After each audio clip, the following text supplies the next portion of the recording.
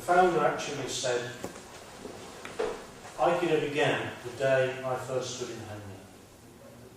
In Daito-ryu they tend to stand almost square or very like this. They don't take a particular stance. And one of our sensei's very clever things was to take the technique of Daito-ryu and add to it some of the concepts of sword and spear.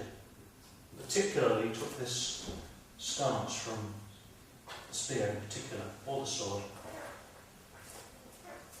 I added that into the taijutsu, and it has lots of implications. Now, Hitohiro Saito, when he was here, actually said, Hanmi is in your feet, your hips, your shoulders, and your heart. And always the last point is the most critical, that it's in your heart. Because it implies not only a position, but a way of thinking. Now, what it is, in its simplest form, this is the only way I've ever heard Saito Sensei explain it. Your front foot is on a line, some part of your back foot is also on that line. And you can see how I'm standing there. That is the foot part of Hanmi. It's also, it can be more across, it can be a little more square. Now some people are a little more precise in this, in that they try and get this back foot to be about 60 degrees to the front foot. So that's 90, and that's sort of 45. That's too much. About there. Slightly forward. And Saito Sensei also says, don't get obsessed with foot geometry. You see people are explaining this and then they're looking down at their feet before they dare do anything. And it's not only the feet. It's the feet, the hips and the shoulders. So you maybe can see, I think of it as coming at this as three triangles, one on top of the other. The feet, the hips and the shoulders. You see that? And sometimes people stand with their feet like that and then they open their chest like that, standing very square to the front. And other times they misunderstand and they come all the way there. Neither of those things are completely wrong, which we'll see in a moment. But it is important to think of it from the centre, really. Centre right, the shoulders and feet will be right. There. Now this stance is very important. Because one of the things about it is it isn't a stance. So it's not sort of, like this is kind of aggressive, confrontational. Real fighting stances, whatever art you're coming from, you know. Those kind of fighting stances are fighting stances, whereas this isn't as such fighting stance. Not obviously. It's none of this. One reason it's like that is because you may have the attack coming from any direction. So there's no point being like that, over-focusing there, if your attack's coming right here or over there. That's really important.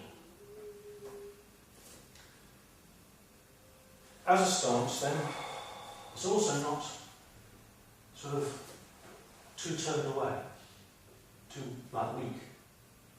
It's kind of a neutral position. It doesn't say, crush me, and it doesn't say, I'm looking for trouble, you know? Midway between the two, which is why it's very important to think of it as an internal position. Like it's how you think is contained in the stance.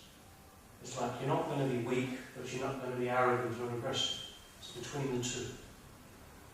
And also you can very quickly, one of the most easily neglected aspects to it, how easily you could switch from one direction to the other.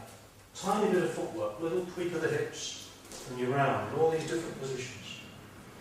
But if you compare that with this type of stance, then if I want to go over here, it's perfectly possible.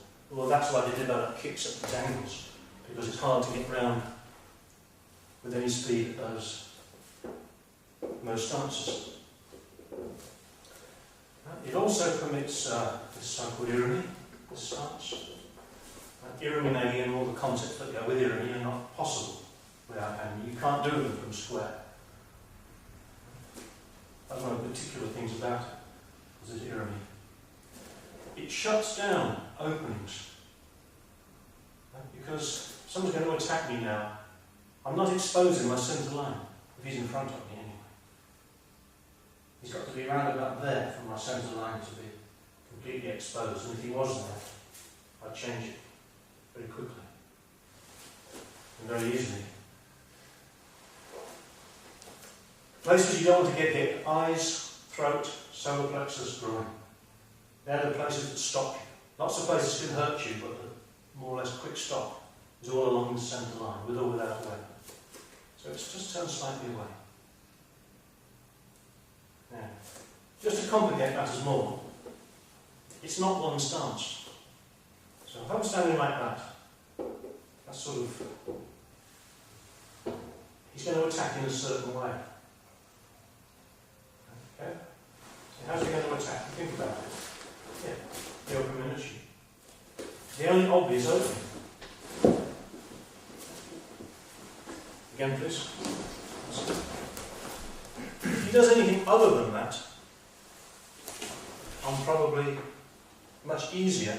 You see, there is, I don't have to do anything hardly to defend against that.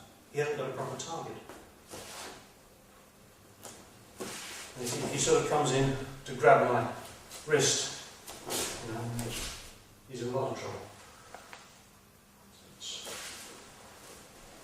But then if I extend my wrist, as we do all the time, on the screen, he takes it because it's there. Okay. If I turn slightly more, now, takes the shoulder, because that's the forward bit. Hathaway was famous for knowing what happened before it happened, for guessing the attack. I never saw that, but I would guess that he set it up very much by his preliminary. He only gave one little opening. That little opening, little vague nuance in his stance, meant that's where the attack came. So you see now, we can go more square. And now I'll get something possibly there, punch, or munadori, or maybe Rio Katadori. Because I've gone that's a bit more square. Or I might be even more oblique. Might do yokomen, might take the shoulder, also might try and come around the back. Because I'm turned more that way, so I might try and come around. It's not 100%, but a lot of this nuance in the stance determines how he will come towards you. It also determines what you can possibly do. I mean, for example, if your left leg is forward, then your movements are kind of, well, the harder place to go is over there. So it determines what is most good options for me as well. Not that I'm very restricted by it, but what's best for me, given what he does, is significantly determined by which way round I'm standing. I didn't say how wide apart your feet should be, but there's a common mistake of getting too far apart. Rarely more than 2 shoulders. In a lot of contexts, your feet can actually be really quite close. Feet, hips, shoulders, all in this overlay pattern. That's what really, never think of it as feet. Go on, Joe. Never think of it as feet, because it's not feet at all. It's an attitude of mind and a whole body position. That's what's really important. Okay, so now we just start then, but just pay attention to it. Sloppy Hanmi, nothing can start right unless your hand is right. Trans. Tie and ankle. Usually. Just.